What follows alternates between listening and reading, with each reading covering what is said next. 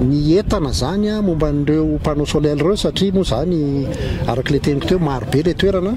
ny entana zany a ho tonga tsikelikely ka misy première série ana entana zao ho avy ao Toamasina zany amin'ny faran'ny volana janvier zao